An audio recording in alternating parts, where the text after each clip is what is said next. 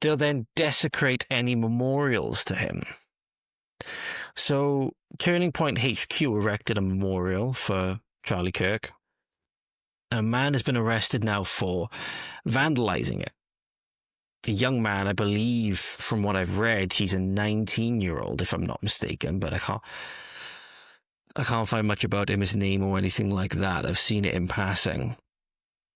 And he was wearing the same shirt that Charlie's alleged shooter was wearing as well. Here's the footage as it was reported by Fox News, ladies and gentlemen, of this person getting arrested. He was tackled by people at the scene and held there by until police showed up. Yeah. And we want to warn you, the next video is disturbing. A man trampled the memorial for Charlie Kirk at the Turning Point headquarters in Phoenix. This happened not too long ago. Our photog on the scene says the man kicked over flowers, vases, and balloons. He was taken to the ground by an onlooker and then arrested. And back here live, the suspect, the alleged assassin, and we want to... So he destroyed everything. He was, kicking the flowers and everything like that, etc. You saw the still of him being arrested here. So as you can see, ladies and gentlemen, there's not a lick of facial hair on this guy's face. I don't think he's, hit the point where he's achieved his full adult build yet. As I mentioned, late teens, very early young college student, very prone to radicalization.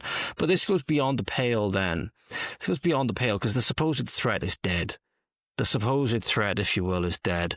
The only, again, reason you have to go desecrate memorials and stuff like that is that if you've been overtaken by this another kind of evil that is just truly disgusting. It's truly, truly disgusting. Especially when it's so soon, after as well. But this is how they see you. This is how they see you, and this is how the indoctrination is set in these people's minds, to where it's not just enough to kill you. They have to desecrate all memory of you. And it's kind of telling that for all of the protect women initiatives that we've seen from the left, and often resulting in them trying to push gun control and all of these things, that they'll also desecrate the memorial that was put up alongside or in the same place in many areas to Charlie Kirk of Irina Zarutska.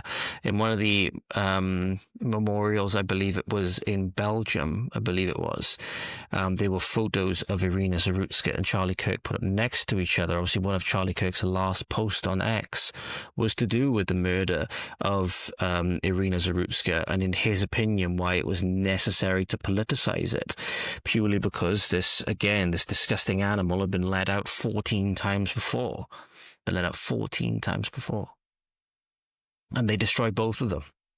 They destroyed both from the left as well. Similarly, again, this hawkish on sending aid to Ukraine and all of these things, when it's a Ukrainian refugee that dies in a way that is not able to be used for the narrative, all of a sudden they don't care and they will desecrate her memory in the same way they tried to desecrate Kirk's. Just goes to show the kind of evil that you're dealing with and the kind of incongruence that you're dealing with as well. And one of the manifestations we saw of that was of the truly disgusting, not just in his words, but seemingly in his appearance. It looks like he needs to have a fucking shower as well. Bob Vile, in my opinion, in Paradiso in Amsterdam, made these remarks. I'll show you on screen in a moment, legend, when I play the video. He says, I want to dedicate this next one to an absolute piece of shit human being. The pronouns was, were, because if you talk shit, you will get banged. Rest in peace, Charlie Kirk, you piece of shit. This was him on stage, Paradiso in the Netherlands. I want to dedicate this next one to an absolute piece of shit of a human being. The pronouns was, were,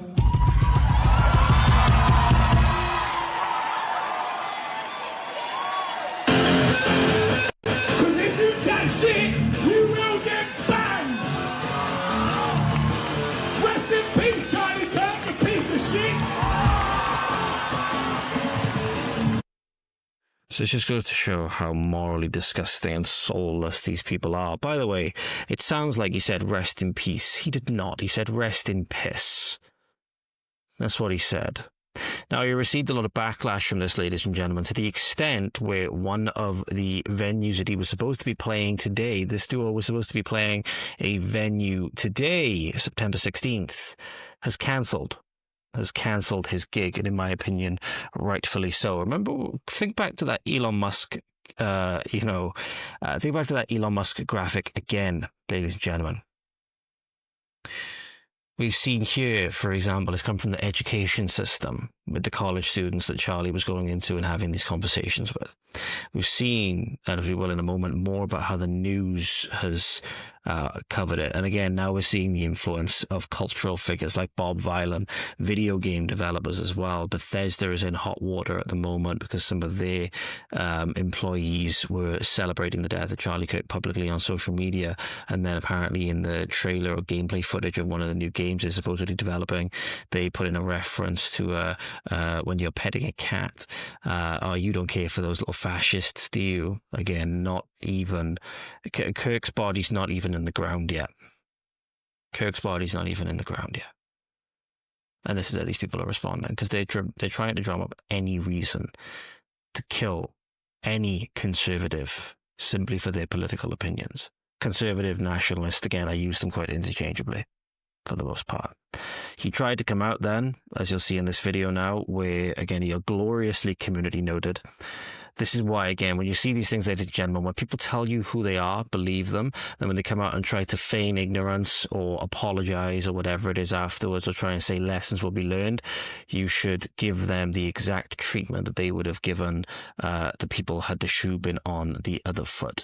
Here's the video of Bob Vylan again, the vocalist from Bob Vylan, because I believe it's a duo, in terms of the musical prowess, if you will, trying to, again, explain himself and seemingly not doing a very good job. Yo, real quick. At no point during yesterday's show was Charlie Kirk's death celebrated. At no point whatsoever did we celebrate Charlie Kirk's death. I did call him a piece of shit. That much is true. But at no point was his death celebrated. If it was, go find me a quote, go find me something that proves that we were celebrating his death. You're not going to find it because it didn't happen. What did happen is one reporter that bought their ticket online came with the sole purpose of finding something to report. And after I called him a piece of shit and we played a song, they have written that up as a celebration. Not a celebration, isn't a celebration, wasn't a celebration. Notice, ladies and gentlemen, what he strategically omitted. So it was a celebration. He strategically omitted. He called him a piece of shit, but he strategically omitted his pronouns are was, were. And if you chat shit, you will get banged. He also omitted the fact that he said rest in piss. That is more than enough to qualify as a celebration, ladies and gentlemen, and obviously you don't need me to tell you that. So that's why you should not, in the words of Javier Milei, give these shit leftards an inch. Should not give these shit people an inch, not 1 inch back. Not 1 inch back with these disgusting, in many ways, unhuman people that have been taken over by truly, truly evil forces. And that's why they make it very difficult, but we should pray for them, because quite clearly they've been overtaken by grossly evil forces as well. And it can't be good. Can't be good in many ways to be there at the very pits of their soul anyway, even if they may not themselves realize it. And that's why, again, if we're going to follow in Kirk's example, I'm not saying that I share all of Kirk's views in particular, especially when, in my opinion, the case or the situation that we have in the UK is much different to America with our history, especially on a hot topic such as immigration. So you could make the case You could make the case if you wanted to, given the response after World War II and how much people never wanted immigration. There was never mass sentiment wanted for immigration, that you could make the case that any immigration from that point has been illegal. Pardon me, you could make that case. I'm not saying in this episode right now if that's a case that we should make, but you could make that case, is what I'm saying. So whereas Americans have been dealing with, in particular, from the open border Biden administration, the last 4 years of just, illegal immigration in that sense, we've been dealing with a system of immigration that's been abused both illegally and legally, in many people's opinion, for nearly 100 years. That's a lot to undo. That's a lot of mess to undo, if that's the decision that we decide to go down, and if that is the moral path, should we say, to restore the country to what it once was, so that we can hopefully get ourselves back on a better moral track, a better moral foundation. When you hear these people then, these leftists in particular, say that, we weren't celebrating, we weren't doing any of that, when they're crying about losing their jobs and stuff like that. And to an extent, again, I empathize with them, because obviously, as you'll know, I lost the position, was thrown into, again, another element of financial insecurity because of my political opinions. So I understand it, but at no point have I ever celebrated, the death of somebody just speaking their mind, an innocent man and a family man, just for speaking their mind and having conversations with people. So again, I understand why people then relish in the fact that these people are losing their jobs and stuff like that, because they should be made to feel some consequence. Make no mistake about it. And again, the first time you meet somebody, you treat them well. Then they decide to, you treat them how you're going to be treated. Treat them how you're going to be treated, which is why I only have a limited degree, if any, of empathy for these people that have lost their jobs, because they would only cheer. Many instances they say that it was perfectly fine for me to lose mine. So again, what's good for you, what's good for me is good for you guys. Just don't give these shit leftists an inch, ladies and gentlemen, because make no mistake, as we'll see now, they want to kill you. They want to kill you. They say it openly and flagrantly, which makes you wonder why these people don't suffer greater scrutiny for these things, right? It does make you wonder. Hassan Abi is one of the premier streamers on Twitch, one of the premier leftist commentators on Twitch, and will openly call for the deaths of his political opponents. Many people are now saying that he should be denaturalized and deported back to Turkey, and I frankly agree with them. This guy just wrote a piece as well in the New York Times on political violence. When he's on stream, ladies and gentlemen, this is the kind of things, the kind of eloquent, political discourse that he comes up with. Kill them. Kill those motherfuckers and murder those motherfuckers in the street. Let the streets soak in their fucking red capitalist bloods, dude. Kill them.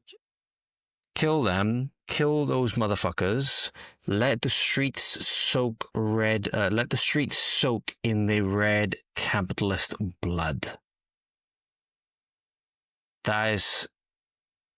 You don't get more flagrant than that, ladies and gentlemen. You don't get more flagrant than that. This is the very heart of the movement. This is the very heart of their quote-unquote revolution.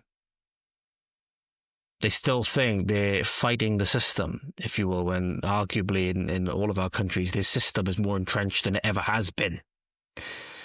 But yet they still just want any excuse to just kill people that they don't agree with.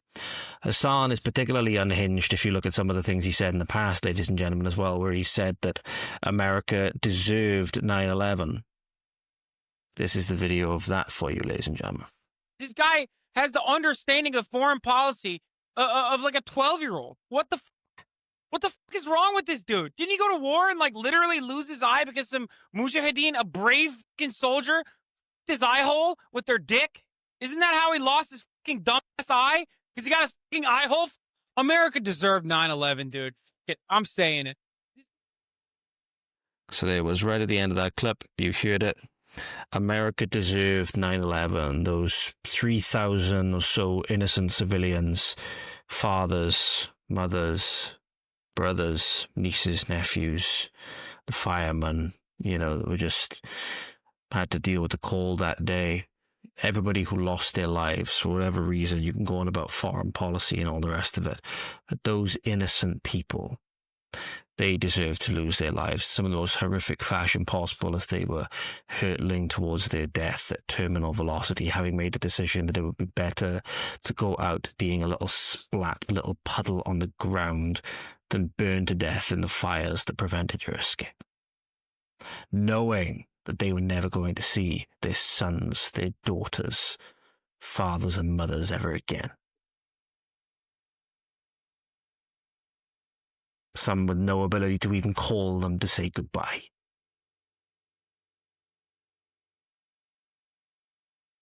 But they deserved it. They deserved it what? Because of what their government did? Because of the actions of politicians? That's why they deserved it? Did Charlie Kirk's daughter deserve what happened to her now, to have her father taken away simply for his political opinions? Well, according to popular leftist streamer Destiny, she did. As Destiny was on stream, this broke yesterday evening, a couple hours ago. Stephen Banal calls for conservatives to be scared, so they should be put under the threat of death more often, so they will be scared to speak at these events or be scared to speak out. This is exactly how a lot of these people think, ladies and gentlemen. It's a sad reality, because a lot of us, we try to see the humanity.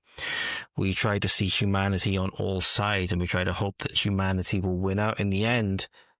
But it does seem that many of these people have sadly foregone their humanity, and that was laid bare on the recent, panel of Anna Kasparian, Destiny, Andrew Wilson, and Jack Posobiec that was on Piers Morgan very recently. Here is that clip for you as well, ladies and gentlemen. This is an insight into the mind of the leftists and how they think. Shout the crime statistics? Not exactly like... You need conservatives to be afraid of getting killed when they go to events so that they look to their leadership to turn down the temperature. The issue is right now, they don't feel like there's any fear. Like, I don't know. It's like memes. It's just memes to everybody, I guess. I don't know, bro. I don't know. I don't care. I'm playing video games. Okay, I'm done today. I don't give a fuck. God, it's going to be so fucking gay if I get killed in the next fucking 2 months of shit I'm doing. Well, the cuck shit out here, please don't. So in the aftermath of Charlie Kirk literally just being killed, he's now saying that conservatives need to be scared when they go to events. They need to be scared of being killed. Literally calling for more of the exact same thing, because Destiny feels as though the rhetoric on the right is in no way the same as the rhetoric you hear coming from the left. No way the same as the rhetoric you hear coming from the left, as we'll see in a moment. It's not just in the things that they say, it's in the propaganda that they come out with as well. It's depicting Donald Trump as Hitler. It's depicting Elon Musk and Nigel Farage and all of these other, characters, if you will, which are, for the most part, liberal. Just the fact that the left has gone so far to the realms of the extreme, right? The average has gone so far to the realms of the extreme that now even the liberal seems like a alt-right fascist Nazi. And that's why they'll depict Elon Musk, which is it's like the staple liberal, and, Nigel Farage, he's basically a Tory, who Elon Musk himself has said is weak and won't do the things that's required for Britain. A liberal in Elon Musk has said that about Nigel Farage, a supposed populist dear leader that's going to save the country. No, of course not. Never going to happen. And this is how the left thinks. And make no mistake, ladies and gentlemen, when I say that they will look for any excuse to kill you and they will group you all in with the same, we're always told that we shouldn't. If it's like a a thing that they care about, like a migrant attacking a young child, for example, like we saw in the Epping incident and stuff like that. Oh, you shouldn't group everybody in with that. They will happily group all conservatives and nationalists in with the same boat. The very fringe people whom these criticisms may apply to, the very, very fringe that does not apply to the majority. Right, they will lump you all in the same if you happen to share views on certain points, whether it's the economy, whether it's immigration, any political opinion. If you have difference, if you're even so much as slightly to the right on any of the main issues of today, you will be lumped in all the same. This is a video that, again, was shared on, I believe it's Zoe Gardner or Zoe Jardinier, whatever her friggin' name is.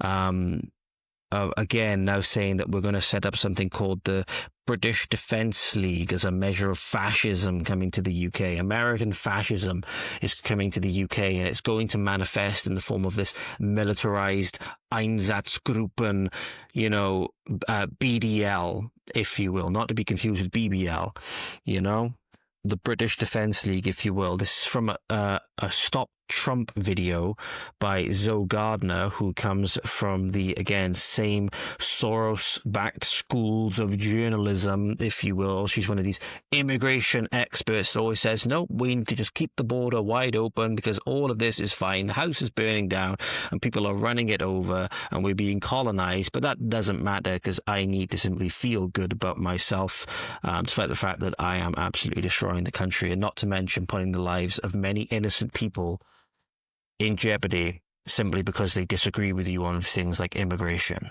I say want, you say weakness. They call it diversity. We call it dilution. I fight for the British Defence League. Now I'm asking you, stand with me, patriots together, keeping Britain pure.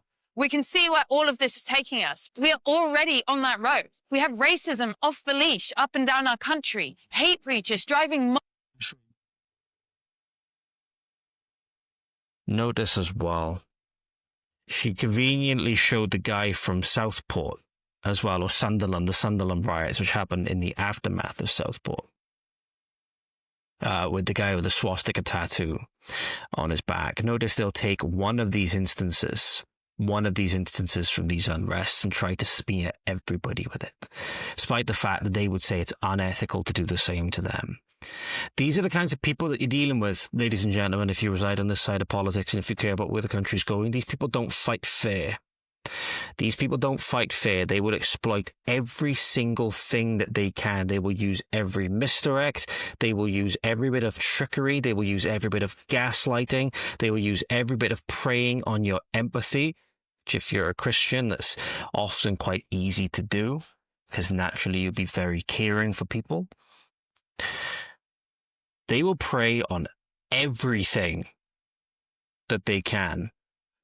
So in many ways, you have to think, are these people actively thinking for themselves, or have they been taken over by something that's really, truly more evil and much smarter than them?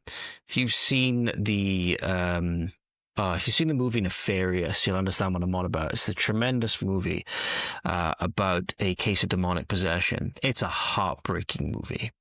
It is a heartbreaking film with how much the demon in this instance torments the prisoner in question. It takes place inside of one afternoon in a prison. The film itself, the way it's filmed, the performance is truly amazing, but it really highlights that if Christians are true, if what Christians say is true, it really highlights the scale of the enemy that we are dealing with, and why that simply by our own graces, by our own smarts, by our own intuitions, the gifts that we have been given, that is not enough. These entities which seemingly are making more and more of a case for their existence by the evil that we see manifesting itself in the world and that we know is there. And again, if evil exists, then good must exist. And if the greatest evil exists, then the greatest good must exist. If Satan exists, then God exists.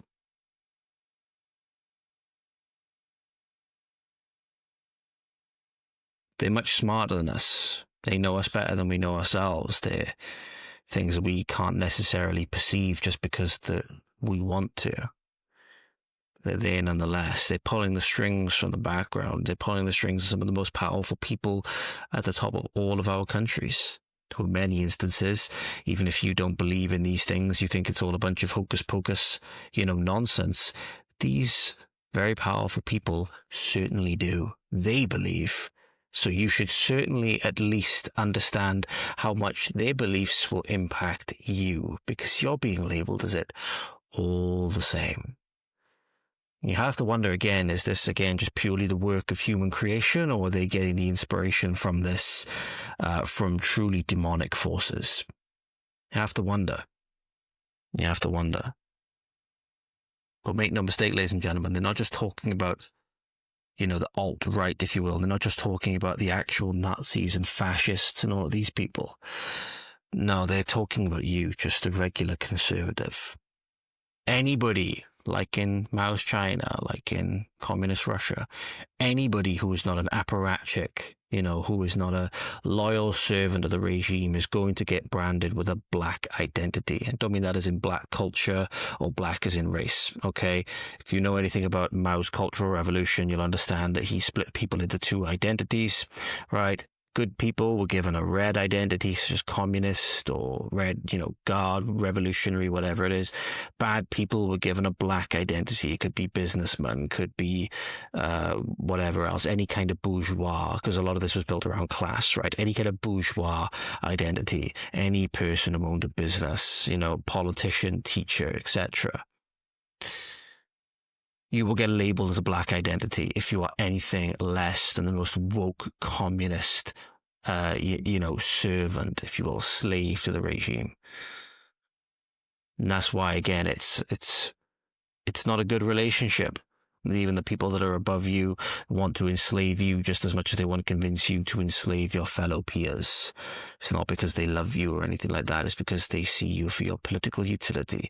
That's, again, the big thing about the youth nowadays. They are seen by the people that run the schools. They are seen by these shadowy institutions and people that run them, not as children with innocence, but as political utility.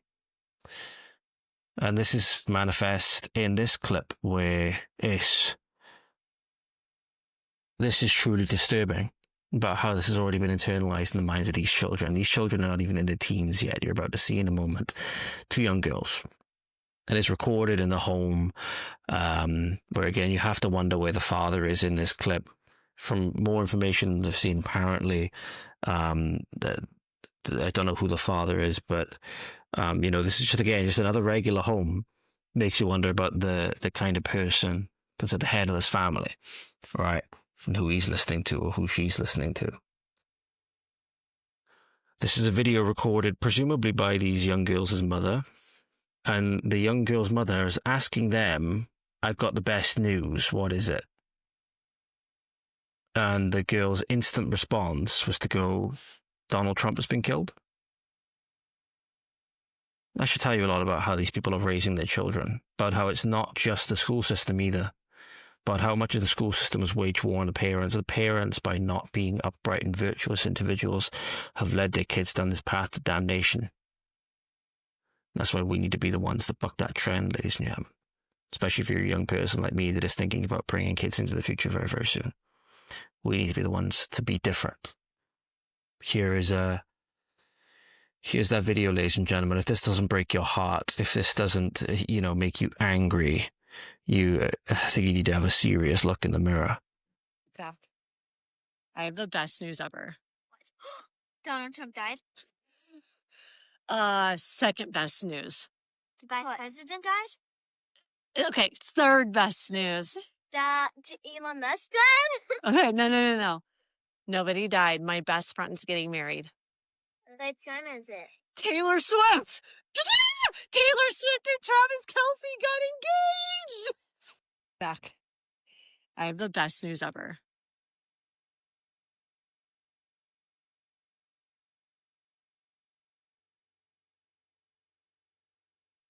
The stress that creates, I feel like I've aged watching that. I feel like I've aged about 10 years watching that clip. So for those of you, again, maybe the audio didn't get picked up clearly, these two young girls, when they're asked, I got the best news ever. Do you want to know what it is? And they go, Donald Trump has died. And she goes, oh, okay, second best news. So again, reinforcing that to wish death on somebody, to hope for death on somebody, you know, is in general a bad thing, especially when it's somebody as important as the president of the United States. But no, the next person on the chopping block then is the vice president. And then the third person on the chopping block is Elon Musk. At no point does the parent say that's bad. Why the fuck are you thinking like that? Why the fuck was that your default response? Wasn't it, you know, we're going on holiday somewhere? You know, wasn't it we're going on a trip somewhere? We're going on a holiday to, I don't know, Barbados or Spain or whatever, right? You know, they're in the same place, you know, or Greece or whatever area of the world, you know, or that, I don't know, maybe a relative that's in hospital has been, you know, released, you know, maybe they've gotten better or whatever. It doesn't matter. Think of whatever generic good news you want. Think of whatever generic good news you want, right? In general, for most people, you would hope the default response is not going to be to wish death on the leader of the free world and to say that the best news that you could hope for is that the president, the vice president, or that the richest man in the world and the person who's restored free speech in a large way and freedom of information in a lot of ways, because we wouldn't know, frankly, without X, we wouldn't know a lot of what we know, that they're dead. Shows you about the mind of these people, the minds that are, you know, are melding and shaping these children, again, the evil forces that are behind these people laughing all the way to the bank with their souls, right? But not only that, it just goes to show you how deluded some of these people are, ladies and gentlemen. That's being charitable. In fact, this person, whom I would guess doesn't actually know Taylor Swift and Travis Kelce, I could be wrong, obviously, but uses the terms best friend to describe them. The best friend is quite a prestigious term, is it not, ladies and gentlemen? You don't just call anybody your best friend.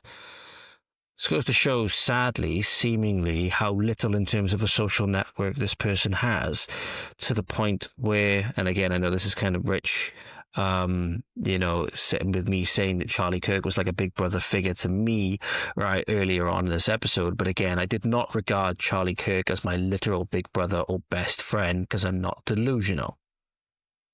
This person is quite clearly delusional because they've taken their fandom of Taylor Swift and they turned it into this obsession, this friendship, which the one person doesn't even know that seemingly that exists. I could be wrong, obviously. I could be wrong. This person could be the actual bestie of Taylor Swift. But that wouldn't change the fact, that wouldn't change the point being that to celebrate or to seemingly wish for the death of these very important people in the world that are standing between a lot of downfall in the world, in my opinion, standing in the way of things going a hell of a lot worse, right? Because you don't want people like this that are taking their delusional fantasies about, you know, whatever pop star that they're infatuated with, and then getting, you know, any kind of political power from them. The people that these people want in office, you want to make sure that they stay out of office quickly. If the supporters are not in a good frame of mind, I would imagine that the political candidate is not going to be in a good frame of mind either. But this is depressing, ladies and gentlemen. This is why Charlie was doing the work that he was doing. For people like this. And that's the sad reality, is that a lot of people owe him a thank you. A lot of people owe him a massive thank you. The person who took his life owed him a thank you. And the sad reality is obviously all he wanted was for people to go to heaven. That's the sad reality of what he wanted. Not the sad reality is that he wanted people to go to heaven, but the fact that that's what he was shot for, basically.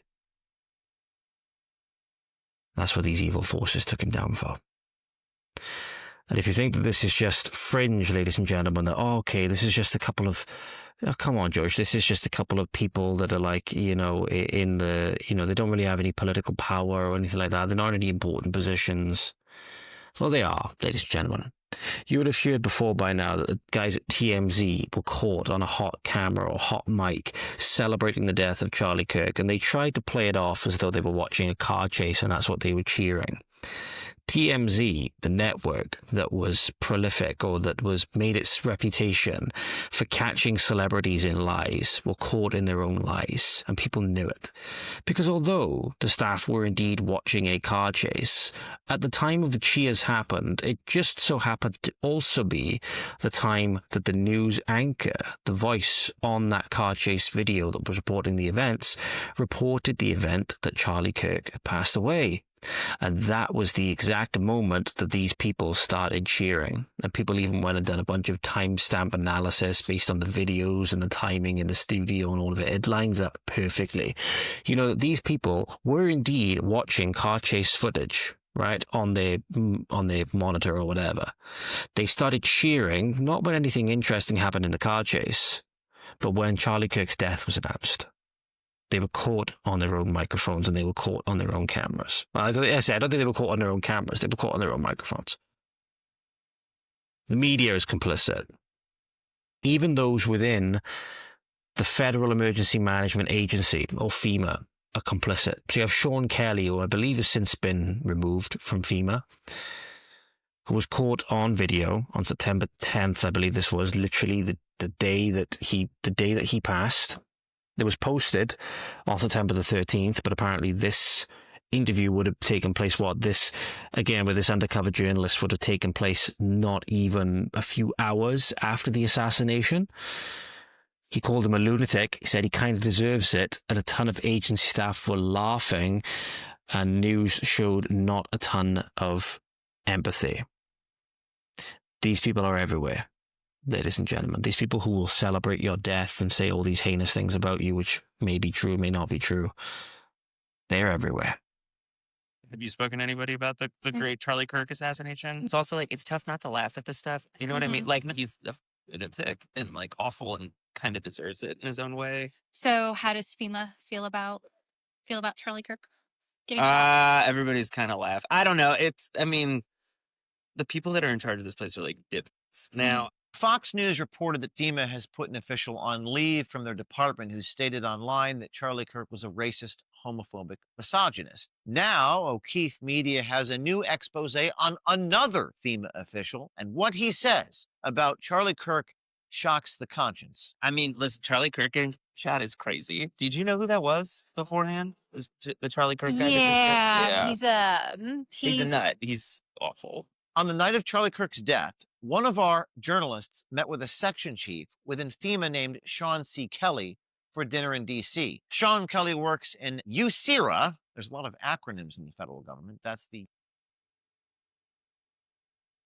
So you can go find the video down in the description, ladies and gentlemen. It'll be linked to James O'Keefe's X page, because the rest of the video is, again, it's about 5 minutes long, so we won't go through all of it. But the good thing is with James's videos in this instance, he puts all the quotes you need at the beginning. So again, he called him a lunatic, said he deserves it, basically.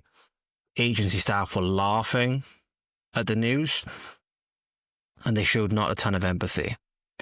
Just to show, again, I think back to this, ladies and gentlemen, why I've been dwelling on this so much is just the picture of, again, the video of when Charlie has just finished a news interview and his daughter is running across the floor to see him and jumps into his arms whilst he's still sat on the sofa with the cameras have stopped rolling, the microphones are off, but you just see this.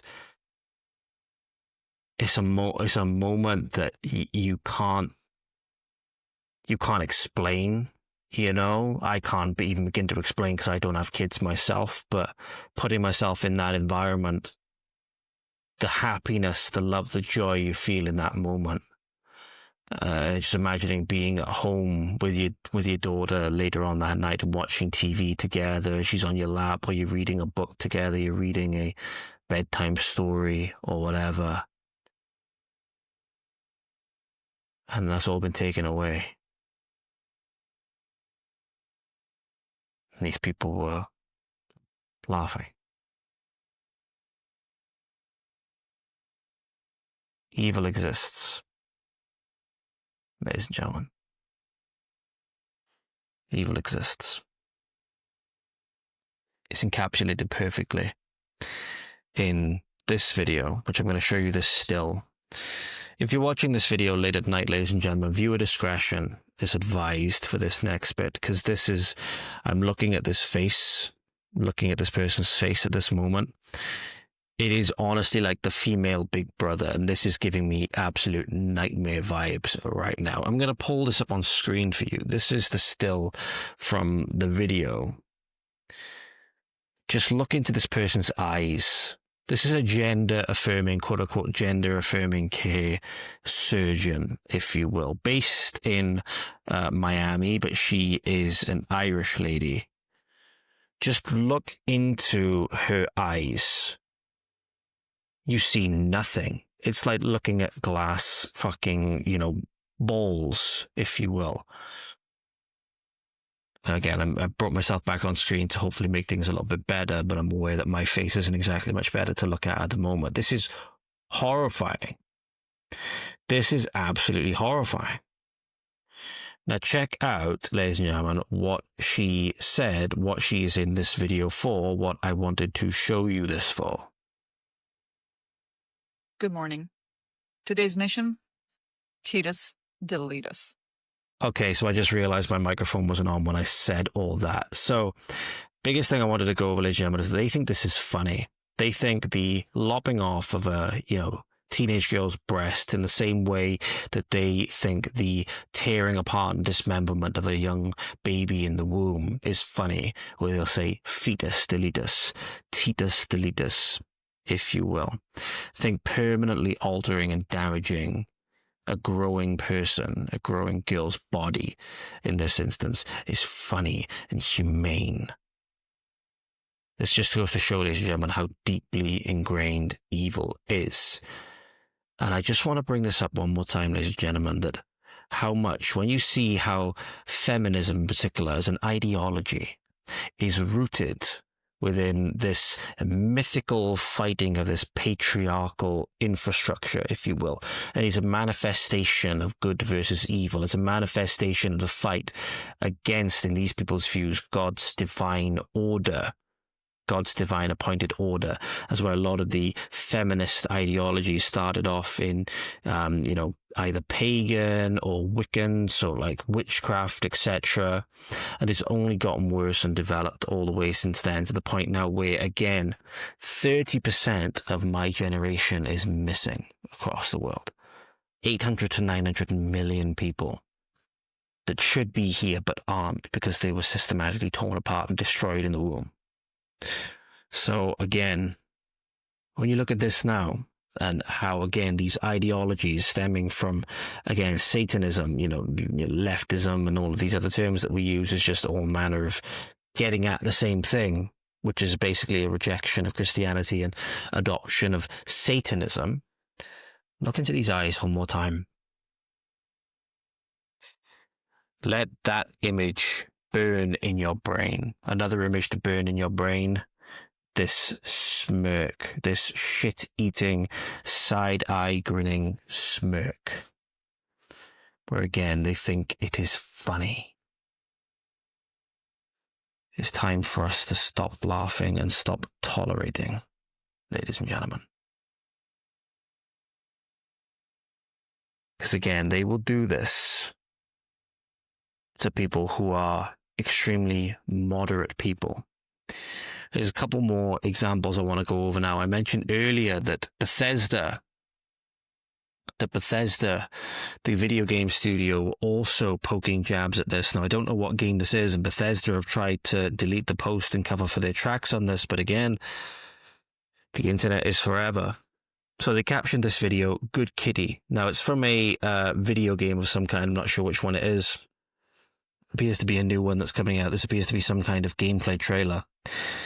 This is the video that people are saying, ladies and gentlemen, now that Bethesda is actively, again, mocking the assassination of Charlie Kirk in their video games. Again, one of the premier cultural forces nowadays is video games, because so many people play them. They're also now being scapegoated in many ways, which we'll go onto in a moment. So you have video game developers that are actively, seemingly at least, mocking the assassination of people they disagree with politically, and then their very studio, their very enterprise, rather, will be hijacked by, say, the FBI to then blame them for the political violence so that they can push further political initiatives. So again, it just goes to show that, again, just one step back from each element of this leftist infection, you go one step back and it's stabbing the other element in the back. Makes you wonder why the hell all these people are thingy together, because you don't tend to get this on the right, at least in conservative circles anyway. Again, towards the fringes, you tend to see this a lot more because of how more extreme and how more emotional people get and what they're driven by. But again, you don't really see that in more level-headed, nationalist and conservative circles. Here's that video for you, though, ladies and gentlemen. Huh. Nice place. You don't care much about these fascists, do you?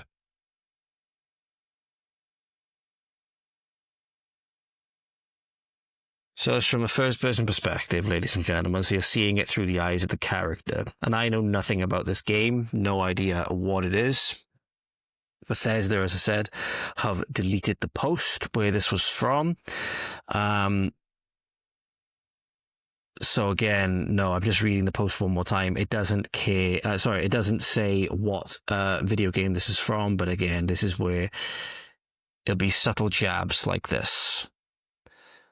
And this was posted again, not even a few days after. Again, all of this has happened, ladies and gentlemen. All of this has been posted. Kirk's body is still not even in the ground.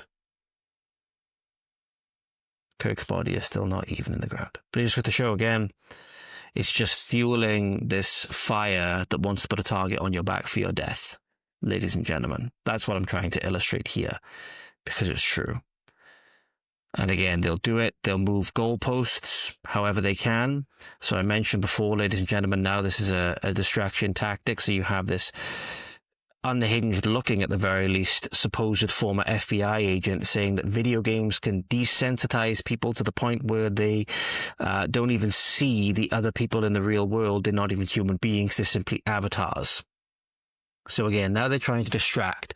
Person that said online, which I tend to agree with, said that this is just a mere way to distract from them trying to bring us closer to Mao's China system, modern day CCP system, how it's manifested now, or a system similar to how it was in 1917 Russia, doing anything they can now to obfuscate from just the fact that they are trying to come up with any excuse possible to eliminate their political opponents and look justified doing so, ladies and gentlemen. That's what this is. It has nothing to do with safety. It has nothing to do with people. It has nothing to do with, making people's lives better. This is just misdirection, because they know that this person, this unhinged leftist that shot Charlie Kirk, has caused everything else to jump, and no pun intended, jump the gun, or jump the shark, basically. They jumped the shark with this one because now everything has been exposed. Everything is being exposed because people will realize, no, you wanted to silence Charlie Kirk because you feared what he would say. Now you've radicalized and made millions more, and you've made millions more to the right of Charlie Kirk as well. So now they're trying to find anything to blame it on, to distract you from what they're trying to do. And of the 19 cases that we looked at, including Columbine, they were online with video games 7 to 8 hours a day. Oh. 7 to 8 hours a day. And that was nearly 25 years ago. So when we look at it today, then the question becomes the quality of these games, very different, and the time spent online, very different. But it can desensitize to the point where that person involved in these games looks at other people, at least the characters in the game, and they're not even human beings. They're simply avatars. They're just characters. And that. No, I've never, ever had the, no matter how angry I've been, right? No matter what mental state I've been in, never had the, impulse to go and kill people, or whenever I've been in that, you could say murderous rage. I've played a lot of video games in my time. Never wanted to go and kill people, never wanted to go shoot up a school, never wanted to go any of these things, right? Not to mention, ladies and gentlemen, there are many, many people that play video games all across the world every single day. You could think of this almost as one giant case study, that don't then go up and shoot up schools, right?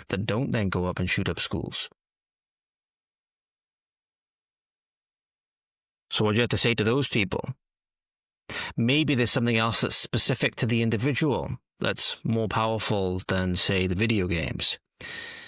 Maybe, again, I highlighted this before when I spoke about in the Catholic Annunciation shooting, that in the killer's armory, if you will, on all the graffiti that they wrote on the magazines and stuff like that, on the, I believe it was the underside of one of the guns, they wrote the names of 6 prior school shooters. Right, the Sandy Hook killer was on there. There was another one on there, you know, Whitman and all the rest of them. Won't go through all their names. They should fade into obscurity, obviously. And a troubling trend emerged in that was that 4 out of 6 of them came from broken homes. Now, I think if you, again, look at Sandy Hook, he came from a broken home. So that would have more of an effect on his mental state than any video game would. So think about it. Again, logic would sort of follow that if people are getting their let's just say, emotional outbursts out with a screen and with a video game, surely then they would be less likely to go out and commit these acts in life because they don't have that emotional impulse anymore. If they're mentally ill, because obviously presumes that they're mentally sound, obviously if they're mentally ill, that goes out of the window anyway. But if you say then that they're mentally ill, you then admit at least that the problem at its root is not video games, it's the fact that this person is mentally ill and they either did not receive the help that they needed or they did not receive the incarceration that society needed for them. And that is a political failure. That is a government failure. So again, they're all trying to distract from the fact that this is not only happening, they don't want people to realize what's happening, they want to shift the goalposts at every single turn, but they also don't want people to... I kind of lost my train of thought now because I realized it's 3:10 in the morning. I'm kind of losing my train of thought a little bit. They want to distract people from the overall system that they're bringing in, and they want to distract people from their political failures and the fact that a lot of this is being done by design. That's what I wanted to say. They're deliberately releasing people with mental problems and all of these things by design. They're making your communities and everything unsafe, and now it's leading to the deaths of their political opponents. It's leading to the deaths of many other people, like not even your political opponents, like Irina Zarutska. If you enjoyed that clip, then make sure to go on over to the Voice of the Valleys X page at VOT_Valleys on X. We're also on Instagram at Voice of the Valleys. Make sure to like, share, subscribe, comment, all of that good stuff. Thank you so much, and we'll see you again soon. Godspeed.